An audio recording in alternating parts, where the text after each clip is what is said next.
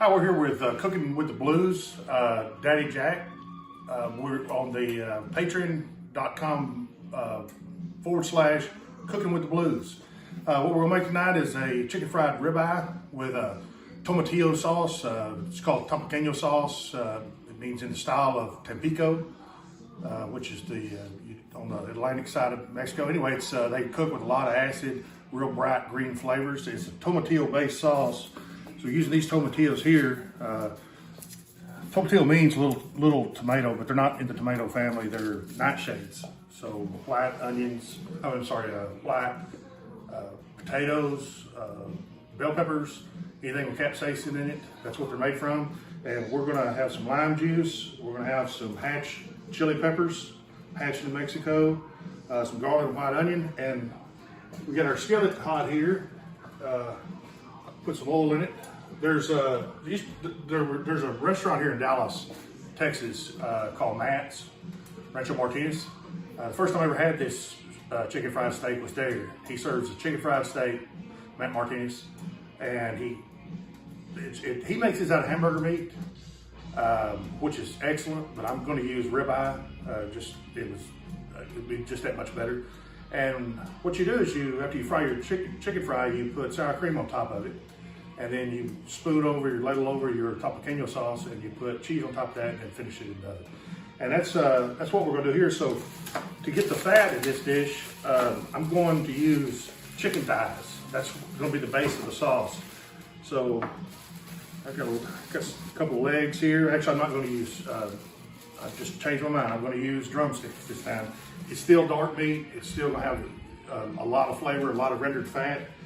Mixture of salad oil and olive oil in. I'll season these a little bit. I want it to have some flavor, so just salt and pepper.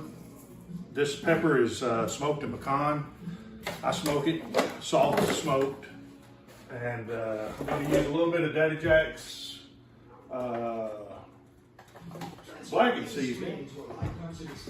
Make it just that much better. You can find that on cookingwiththeblues.com, I believe it is. But always have your pot waiting on you. These are going to render while I get the rest of the sauce together. But you'll notice here on your cutting board, always use your meat to get all that seasoning, all that spice. Just use everything. Don't waste anything. And so we've got those going. What's going to happen is I'll start rendering, and while we wait on that to happen, go ahead and show you how to cut up an onion. Cut that end off, and if you'll notice how I do this right here, you pull the skin off. That way it's easier to come off this way. And I don't think for this amount of sauce we'll use this whole onion, about 3/4 of it. I would save this for your stock. Usually on Sundays I make stock. All your end pieces of your vegetables, everything you don't use, cut it down this way. And by the way, the cuts on this dish don't really matter all that much because we are going to blend it all at the end anyway. And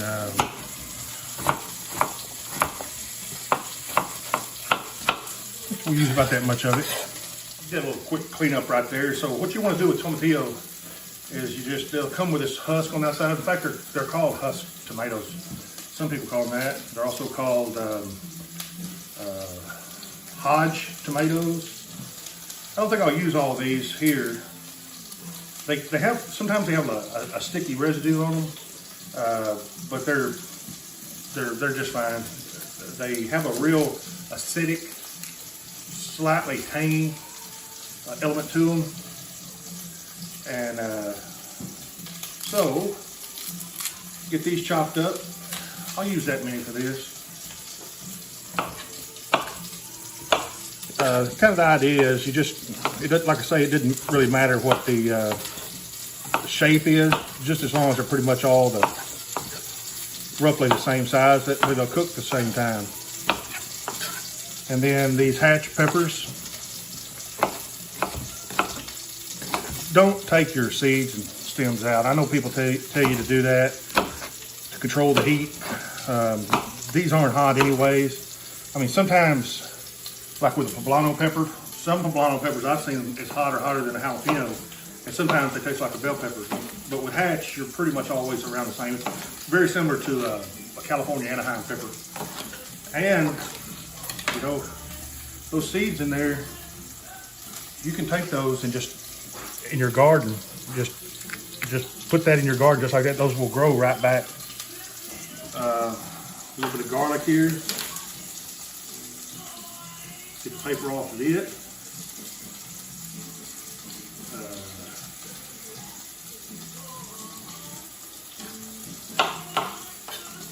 Let's see, and I'm using one Serrano. It's quite a bit hotter than jalapeno, but I like the taste better. And that's why I chose Hatch chilies over poblano, because this is where my heat's going to come from. I want the sweetness and the real green flavor of pepper coming from the Hatch. So that's all that. Let me flip what we got here over. Yeah, that. So what we'll do now.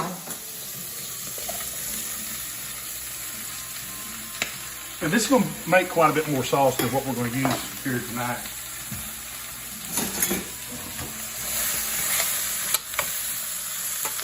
Once that chicken fat starts rendering down and gets in that sauce, we're not even going to add any liquid to this. There's a lot of liquid that's inside all these vegetables that's going to come out. And we're also not going to add flour to it because we're going to let it thicken on its own. I'll go ahead and add the juice of lime.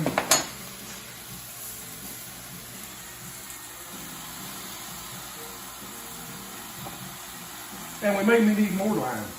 And so we'll just see where our flavor's at when we get to that point. Put some pepper, some salt. Chicken's already had salt and pepper. And we're going to cover it. Turn the heat down. And the last thing before we take a break, this is going to cook for about 35 minutes probably.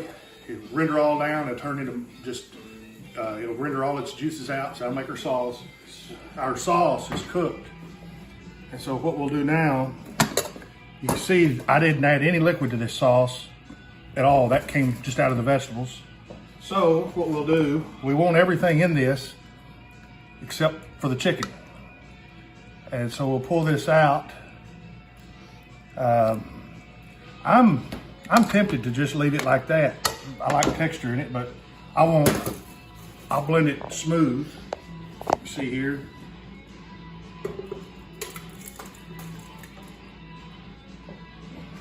By the way, how you like this Daddy Jack's shirt I got? Of course, I'm a big guy, so this is a perfect advertisement. Everybody can see it. Jack sent me that for Christmas. Thank you, Jack. I appreciate it. And so what I'll do is I'll tell you, if you don't have a stick blender, you really ought to save a little bit and buy one.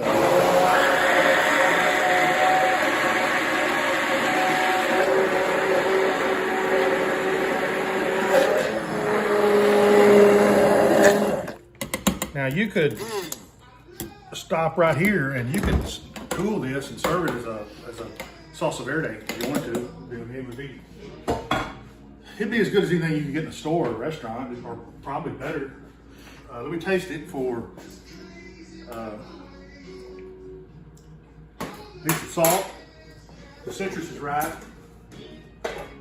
So what I do here then is I have epazote, which is it's a medicinal plant found in Mexico, Latin America, and I don't like to cook it. It and cilantro both tend to get bitter if they're cooked too long. Epazote, you can get it at a Latin market, any kind of ethnic grocery store, and it has a taste similar to. It's citric, but it's also.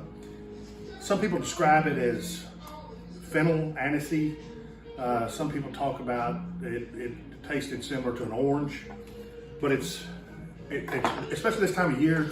This stuff is not grown, out in the field. It's grown in greenhouses, but it just adds If you like cilantro, you'll love epazote. And it's also, if you dry it out, if you're in the Mexican market, the Latin market, and you go back where the dry seasonings are, you'll see one back there that's dried. It looks like dried basil. And my Aztec's not very good, so it's spelled Nuetle, I believe. And you can make a medicinal tea out of that. It's real good for inflammation. So that's done.